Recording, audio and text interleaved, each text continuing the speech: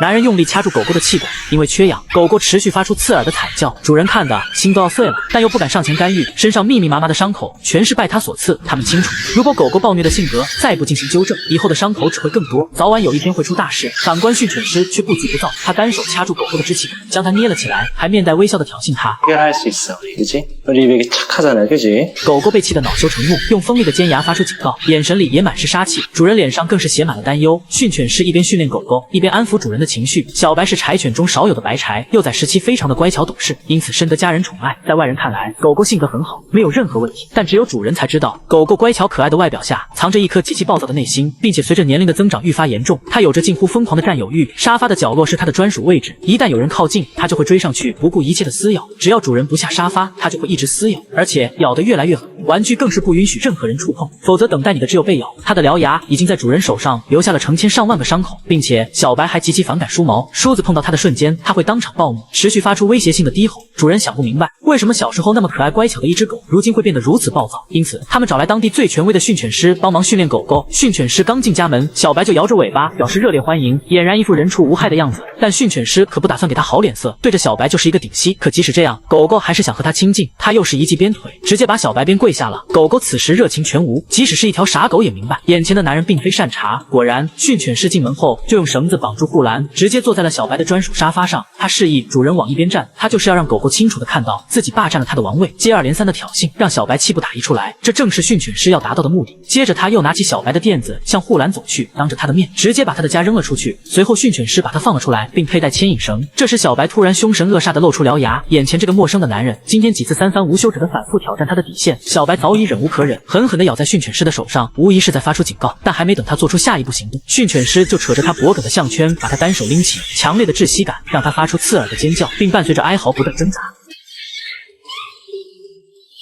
這讓一旁的主人感覺非常揪心，訓犬師當然明白他們此時的心情，一邊控制狗狗，一邊安撫主人情緒。柴犬經常無病呻吟，沒事找事，他會故意賣慘，博得主人同情。如果主人因此心疼了，停止訓練，柴犬就會更加的得寸進尺，越來越過分。雙方僵持不下時，小白先行讓步，放下爪子，把頭扭在一邊，不敢與訓犬師對視，眼神也清澈了很多。而訓犬師的手上早已被咬了多處傷口。接着訓犬師牽着他在屋裡遛彎，走了幾步後，狗狗突然不走了，渾身都在抗拒，那樣子好像在告訴主人自己受傷了。訓犬師豈能猜不到他那點小心思，自然不會慣他毛病，用力將繩子繃直。忍無可忍的狗狗在這一刻徹底暴怒，他先是奮力掙扎抵抗，接着猛地向訓犬師咬去，兇狠的樣子把一旁的主人嚇得一動不敢動。但訓犬師卻絲毫不慌，單手牢牢地抓緊繩子，不斷地化解狗狗的攻擊，然後突然拉高牽引繩，另一隻手順勢掐住他的支氣管。小白張着大嘴不斷地反抗，在連續反抗24小時卻依然無果後，他放棄了反抗。接下來訓犬師手中的繩子會一直緊繃着，用來消耗狗狗的耐力，這期間可以進行下一項訓練。他把牽引繩交給小主人，同時讓他用梳子給狗狗梳毛，從脖子梳到尾巴。如果這期間狗狗有反抗，就快速的拉高繩子。之前狗狗對梳毛是非常抗拒且排斥的，但這次卻異常乖巧，沒有任何過激行為，這說明今天的訓練很有成效。看着狗狗做出的改變，主人終於有了欣慰的微笑。訓犬師說，小白之所以變成今天這樣，就是因為主人對他的溺愛、無休止的包容，造就了他今天的有恃無恐，讓狗狗誤以為自己才是家裡的老大。寵愛狗狗可以理解，但要適度，不能讓狗狗沒有規矩。沒有下限的溺愛只會讓狗狗變得越來越囂張，越來越暴躁。最後訓犬師要讓狗狗認清自己在家中的地位，讓他以後都乖乖地待在墊子上。他開始貼身跟隨小白移動，狗狗明顯被訓犬師的行為搞得有些不知所措，他快速跳上沙發，訓犬師也緊隨其後，場面再次陷入僵持，一人一狗開始在原地不停轉圈。這塊沙發可是小白專屬的位置，他對訓犬師侵占自己地盤的行為非常不滿，轉了幾圈後他便不再行動，站在原地一動不動地盯着訓犬師。在經過24小時不吃不喝的對峙後，小白再一次做出讓步，後退一步坐了下去。訓犬師見狀也走下沙發，這就是狗界的人情世故，雙方都需要個台階下。但就在這時，沙發上的小白卻再一次做出了挑釁行為。通常狗狗在被主人訓練後，如果表現出這種蜷縮的姿勢，你千萬不要以為它是順從，這其實是在向主人表達不服和憤怒。訓犬師自然不會慣它臭毛病，他一把抓起沙發上的毛毯，利用毛毯又是一記鞭腿，